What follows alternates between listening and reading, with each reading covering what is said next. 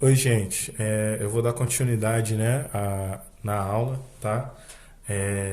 Vou falar sobre uma matéria importante que o livro colocou no mesmo capítulo, mas eu acho que deveria estar totalmente fora, que é o Império Russo, né? Na verdade, o final do Império Russo e a Revolução Socialista, ok? Então, realmente eu acho que o livro não deu a devida importância por causa de tentar tratar de muitos assuntos num capítulo só, né? Então eu vou começar a falar e eu vou mostrar um outro livro também, então espero que vocês prestem bastante atenção nesse vídeo, nessa aula, ok? Vamos lá, vamos dar um start aí.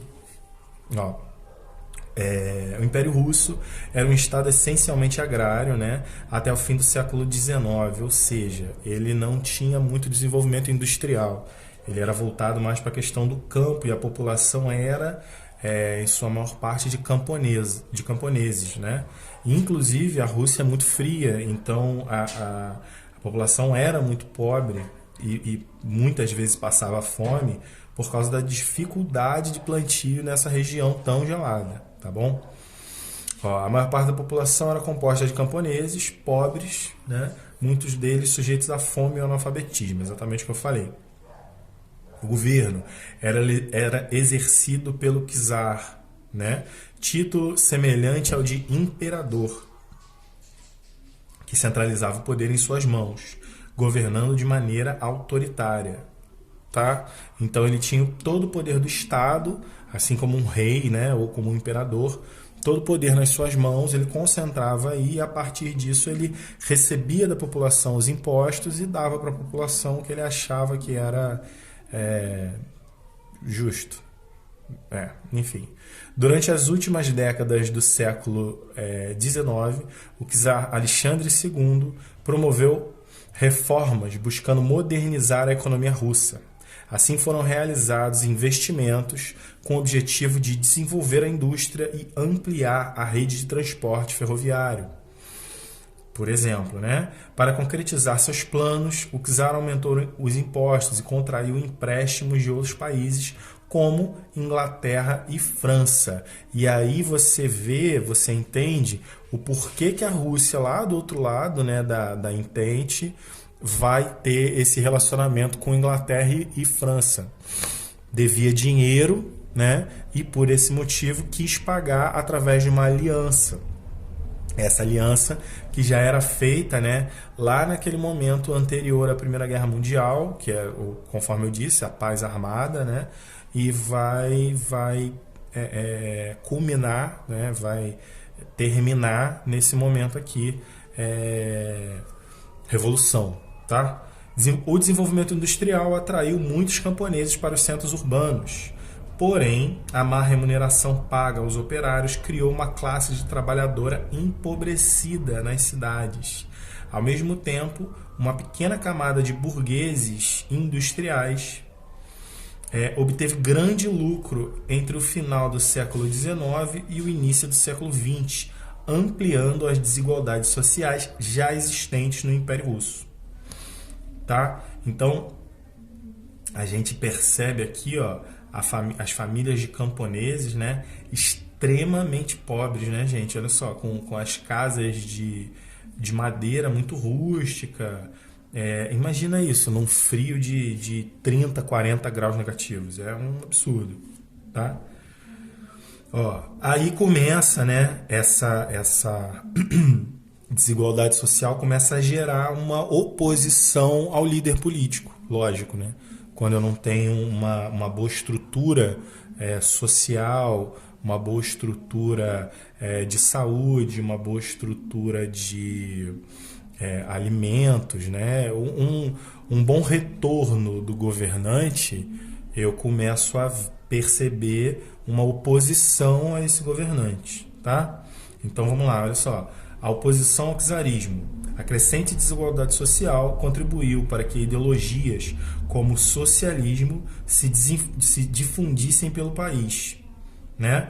O socialismo, gente, foi criado em 1850, mais ou menos, através de uma série de pensamentos, né, que buscavam valorizar o povo, o proletário, né, chamado proletário, o povo trabalhador, que era, como é que eu posso dizer, lesado, era lesado não é uma boa palavra, que era oprimido, abusado, tá? Pelos donos das indústrias, pelos donos das fábricas. Acho que explorado é uma boa palavra. Eram explorados por esses donos, né? E surge essa ideia socialista em relação ao social mesmo, né? É um governo voltado para a sociedade em busca de uma igualdade aí, de um governo que zele pelo bem-estar de todo mundo e não só de alguns mais ricos, ok? Então, essas ideias começam a se difundir pelo país e, dessa maneira, no início do século XX, foram criados partidos de oposição ao czar Nicolau II, ok? O principal desse período foi o Partido Operário Social Democrata, tá? Russo, né? Que em 1903 se dividiu em dois grupos, ok? Marquem isso aqui, os bolcheviques e os mencheviques, ok? Então, ó, os bolcheviques tinham como um dos seus principais líderes Vladimir Ilyich Ulyanov, mais conhecido como Lenin. Também marquem isso. Eles defendiam transformações rápidas e profundas, né, no governo. Essas mudanças ocorreriam com a tomada do poder pelos trabalhadores e com o estabelecimento do socialismo na Rússia. Tá? Já os outros, né, os mencheviques, pretendiam promover reformas graduais até atingir o socialismo. Essas reformas seriam implantadas por meio de alianças entre os trabalhadores e a burguesia russa, algo como cooperativas, tá? Algo semelhante a cooperativas, onde os trabalhadores receberiam parte desse lucro, né? O lucro seria dividido também. E aí eu queria colocar um outro livro que eu tenho, que vai falar um pouco mais sobre essa questão, tá? Ó, de um lado, aqui, não sei se eu estou conseguindo que vocês enxerguem bem, ó, mas de um lado, ó, nós vamos ter os mencheviques, liderados por Martov, que pretendia substituir o czarismo por uma república controlada pela burguesia, né? Eu substituo a monarquia e eu coloco o poder nas mãos da burguesia, mas vamos dizer que esse processo, cadê, ó? Por uma república controlada pela burguesia para desenvolver o capitalismo na Rússia. Considerava que esse processo evidenciaria as desigualdades sociais e só então o proletário estaria pronto para fazer a revolução socialista.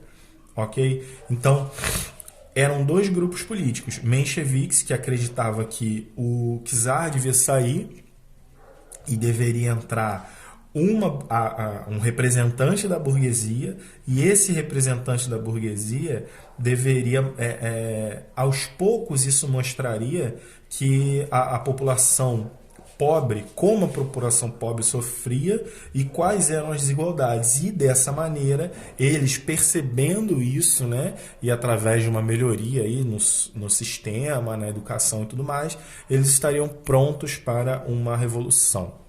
Do outro lado, tá, nós temos Lenin e Trotsky, tá, que pretendiam fazer uma revolução proletária. Ao invés de você colocar a burguesia no poder, você colocar o povo no poder, derrubar o czarismo, acabar com o capitalismo e implementar o socialismo na Rússia, né? Era o grupo político que reunia a maioria se comparado aos mencheviques. Tá bom? Então, essa é a ideia de Lenin e Trotsky, Daqui a pouco eu volto com outro livro. Olha só. Aí o que acontece? Isso vai gerar essa proposta aí desses dois partidos, né? Vai gerar uma comoção entre a população camponesa, entre esse povo aí, somado à guerra que o Império Russo estava enfrentando com o Japão, né? Pela Manchúria, aqui ó, territórios da Manchúria e da Coreia, tá? Essa luta aqui que a Rússia e o Japão fazem fronteira, tá, gente? Não sei se vocês têm essa noção, mas a Rússia e o Japão fazem fronteira lá no Extremo Oriente. Então, essa luta aqui vai fazer com que a Rússia entre numa crise ainda maior, tá? E a Rússia vai ser derrotada várias vezes e vai ampliar essa oposição ao governo. Então, assim ocorreram diversas revoltas populares e greves nesse período, que foram violentamente reprimidas pelo governo. Em janeiro de 1905, na cidade de São Petersburgo, uma manifestação pacífica reivindicando melhores condições trabalhistas foi atacada por guardas imperiais, ferindo e matando centenas de pessoas. Então, gente, aqui nesse outro livro, ó, você tem uma foto de como aconteceu isso. Ó. Aqui você tem os guardas imperiais, todos eles fardados, né? E aqui você tem a população, tá? Isso aqui é uma foto. Isso aqui não é um vídeo, não é um filme, é uma foto, tá? Como foi isso? A população foi para frente do palácio de verão do czar, pedir por melhorias, pedir por mudanças, dizer que não queria que fosse essa maneira, querendo o fim, né, desse regime autoritário, e o czar mandou fuzilar a população, mandou atirar, matando crianças, matando mulheres, matando todo mundo que estava ali na frente. Todo mundo não, mas uma grande parte aí desse grupo, fuzilando mesmo, tá? Esse episódio, esse dia aí, é conhecido como Domingo Sangrento, tá? Inclusive existem documentários sobre isso, existem filmes sobre isso. Inclusive o filme tem o mesmo nome, Domingo Sangrento. O Domingo Sangrento motivou os trabalhadores a promoverem novos protestos contra o autoritarismo do czar, tá? Com o objetivo de melhorar sua organização e de ampliar a sua representatividade política, os trabalhadores criaram os soviets, conselhos formados por delegados eleitos por camponeses, operários e soldados, tá? Os soviets eram reuniões feitas por operários, principalmente, né? Camponeses e soldados de menor patente, onde eles decidiam aí como agir, tá? Inclusive, os soviets vão elaborar um plano, tá? Um plano que futuro, aqui não aconteceu ainda, para tomar o poder da Rússia. Ó, fim do czarismo. Buscando se manter no poder e melhorar sua relação com a população russa, Nicolau II promoveu algumas reformas, entre elas a fundação de um parlamento, tá? Um pouco tardio, né? Mas aquela ideia do despotismo esclarecido, lembra? Que a gente já falou em outros anos aí? O parlamento composto de deputados eleitos pela população que auxiliava nas decisões políticas. Além disso, ele legalizou os sindicatos de trabalhadores. Seguindo, gente, contudo, e aí é o grande ponto, ó, a Primeira Guerra Mundial trouxe muito sofrimento à população russa. Embora o exército do país fosse numeroso, né, o conhecido chamado Exército Vermelho, estava despreparado e tinha e tinha poucos recursos. Dessa forma, houve um grande número de soldados russos mortos em combate. Como se isso não bastasse, o fato de a economia se voltar para as despesas de guerra fez com que a situação de pobreza de parte da população ainda piorasse ainda mais. A própria insistência de Nicolau II em se manter na guerra ampliava a oposição do seu governo. Só que a questão, gente, é que o Nicolau II, ele tinha prometido e ele tinha um acordo com a Inglaterra e com a França. Então ele tinha que cumprir esse acordo, ele tinha que manter essa aliança, né? Aí aqui, ó, durante o inverno de 1917, um ano antes do final da Primeira Guerra Mundial, né, uma forte crise de abastecimento gerou fome entre a população, que se revoltou e promoveu diversas mobilizações violentas, iniciando a Revolução Russa. Nicolau II não conseguiu controlar a situação e foi obrigado a deixar o poder em março de 1917. O livro usa palavras muito bonitas, né? Mas a família dos... Como é que é o nome deles? Calma aí.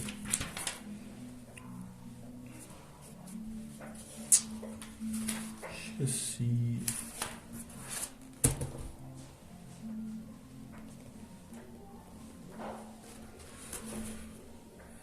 Bom, não tô lembrando, mas a família do czar, tá? Ela foi toda ela, inclusive empregados e agregados, né? Pessoas unidas ali à família, foi toda ela morta. Toda ela foi chacinada ali em frente, dentro do palácio, tá? Meninas, meninos, o próprio czar, a mulher, as filhas, se eu não me engano eram 5 ou 6 filhas, criança e tudo mais, tá? Tamanha a brutalidade dessa invasão aí, desses grupos, né? Tamanha a insatisfação aí desses grupos, tá? Então, aí começa realmente a questão da Revolução Russa. Ok? Aí tá falando aqui, ó, após a saída do czar, né, o governo do governo russo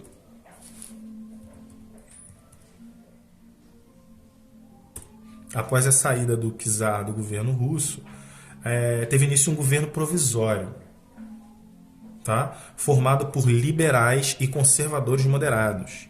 Esse governo realizou diversas reformas, como a garantia de direitos de liberdade de imprensa e de organização política, e regularização da jornada de trabalho em 8 horas, de 8 horas, né? Entretanto, nesse período, a Rússia se manteve na Primeira Guerra Mundial, o que contribuiu para grande parte da população permanecesse em situação de miséria. Dessa maneira, o governo provisório não conseguiu controlar a revolta popular. Em meio a uma disputa pelo poder do país, os bolcheviques organizaram uma insurreição, no caso um levante, né, contra as tropas, com apoio das tropas de trabalhadores armados e unidades militares, e os revolucionários conseguiram tomar o poder se opondo ao governo provisório. Tá? Os bolcheviques, né? Aqueles lá de Trotsky e Lenin, tá bom? Aí como é que funciona? Calma aí, deixa eu só ver um negócio aqui.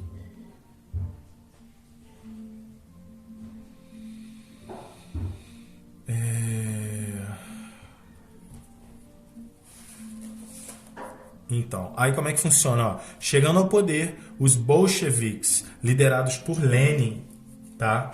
Lenin, gente, Lenin, lembrem disso. Promoveram uma série de mudanças. Observe a seguir algumas das principais transformações ocorridas nos primeiros anos, que são os anos que Lenin vai assumir o poder, né? Os primeiros anos do governo bolchevique. Tá? Primeira coisa, estatização da marinha mercante, dos bancos e das indústrias. Ou seja, a marinha mercante, os bancos e todas as indústrias do país passam a ser de propriedade do Estado. A extinção dos grandes latifúndios e desapropriação de terras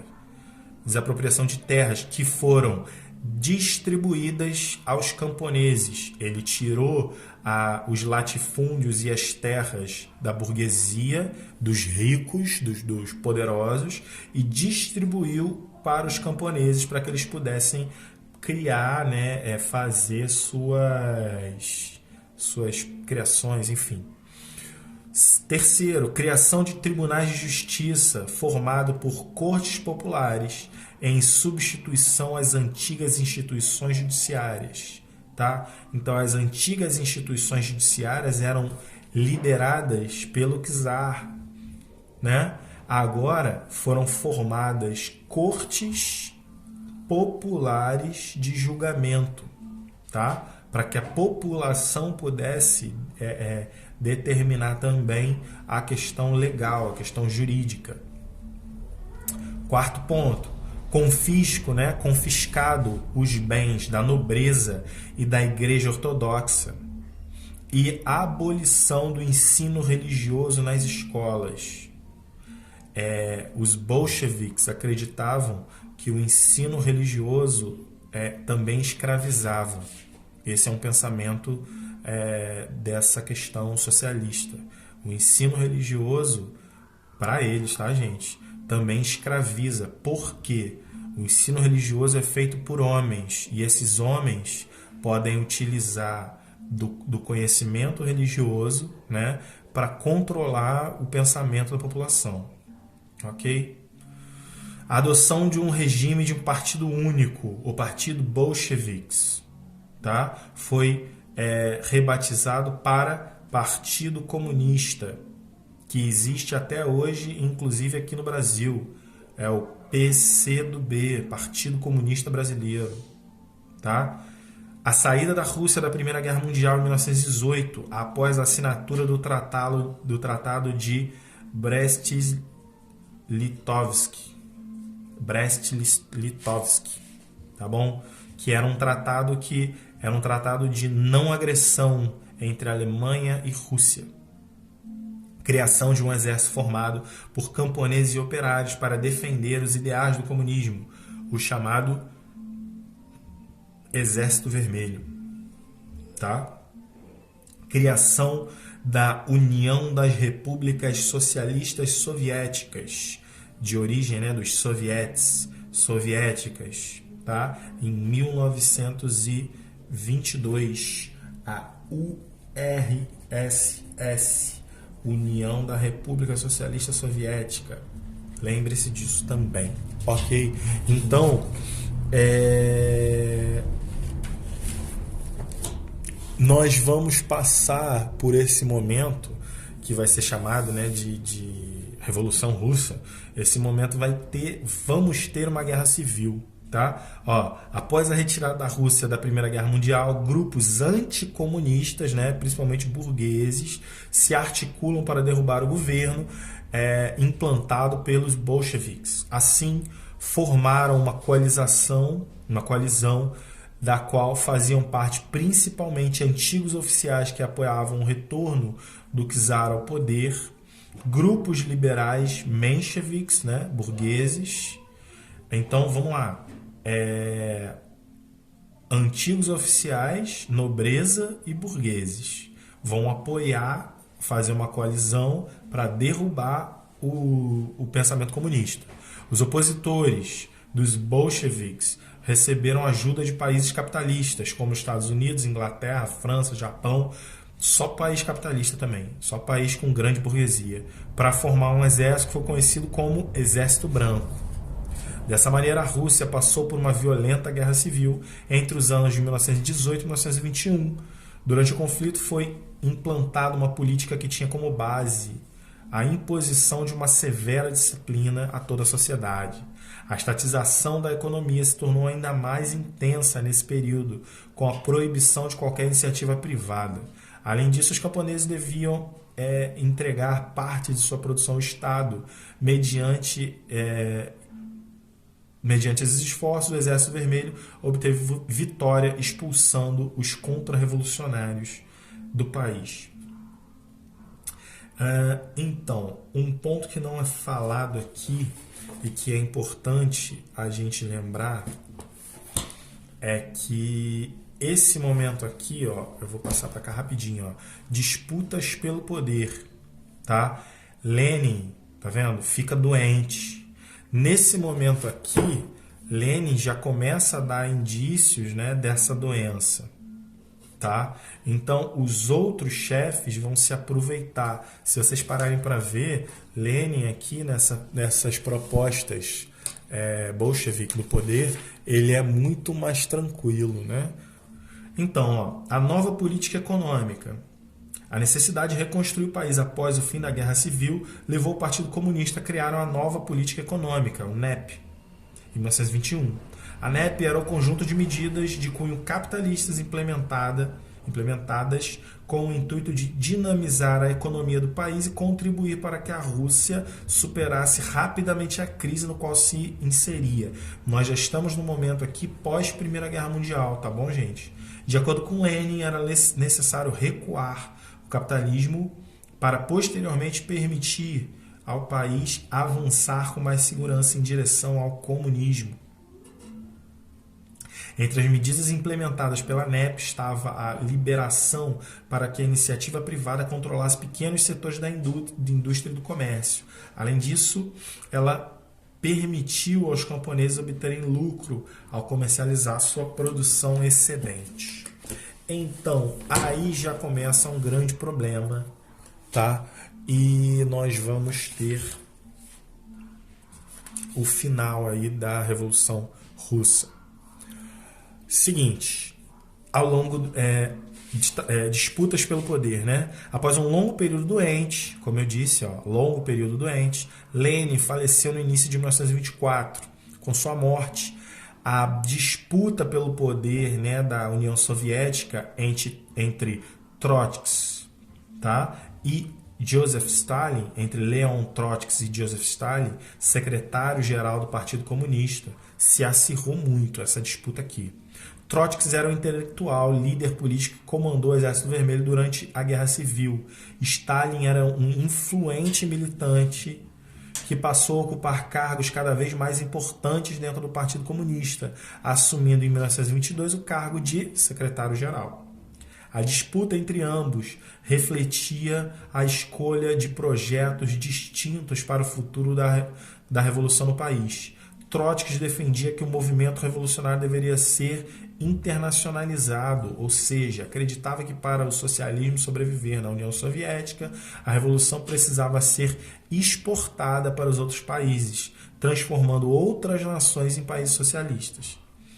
Já Stalin acreditava que primeiro o socialismo deveria se fortalecer na União Soviética para depois ser internacionalizado.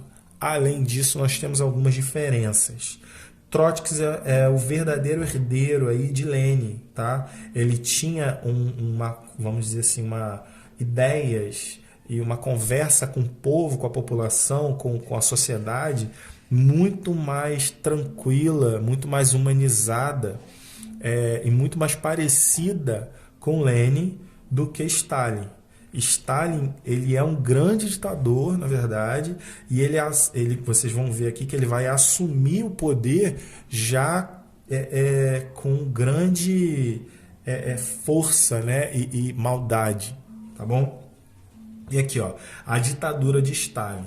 Stalin tinha grande influência dentro do Partido Comunista e conseguiu vencer a disputa contra Trotsky, expulsando-o do país em 1929. E matando ele, tá, gente? Não tá aqui, mas Trotsky vai ser assassinado lá no exílio, lá longe. Aos poucos, Stalin passou a eliminar seus adversários, inclusive Trotsky, né? E exercer o poder de maneira absoluta, criando assim uma rígida ditadura na União Soviética. A ditadura de Stalin. Durante a ditadura militar de Stalin, militares e opositores políticos foram enviados aos campos de trabalho forçado, conhecidos como gulags. Nesses lugares, muitos deles na Sibéria, os prisioneiros eram submetidos a dura rotina de trabalho, sendo responsáveis pela construção de grandes obras, como canais, ferrovias e hidrelétricas, o que agravava as condições de vida dos gulags era o frio intenso, pois os prisioneiros não recebiam abrigo nem vestimentas apropriadas. E o frio nessa zona aqui, gente, na Sibéria, chega a menos 60 graus. Só para deixar claro que era frio pra caramba. Além disso, a alimentação era precária e o uso de violência contra os prisioneiros era comum. Cerca de 1 milhão de pessoas morreram, né, nos gulags entre as décadas de 30 e 50. Tá? Gente, olha só. Por fim, eu queria falar uma coisa sobre essa questão de comunismo, socialismo e capitalismo, né?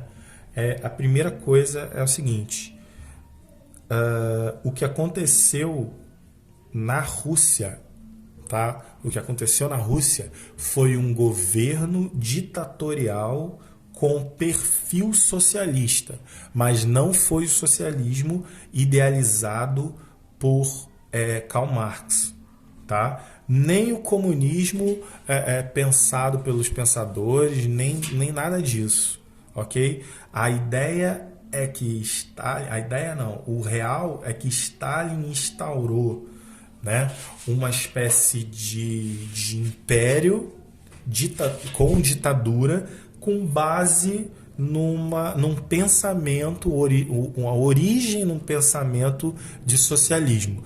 E é por isso que hoje, quando a gente escuta falar de socialismo, né, quem fala de socialismo hoje pra gente é quem está no poder. Então quem fala de socialismo é quem está ligado ao capitalismo, tá? Então quem está no poder ligado ao capitalismo fala do socialismo, desse socialismo aqui de Stalin. Fala que esse socialismo aqui é perigoso, é nocivo, é ruim, ok? Mas não estou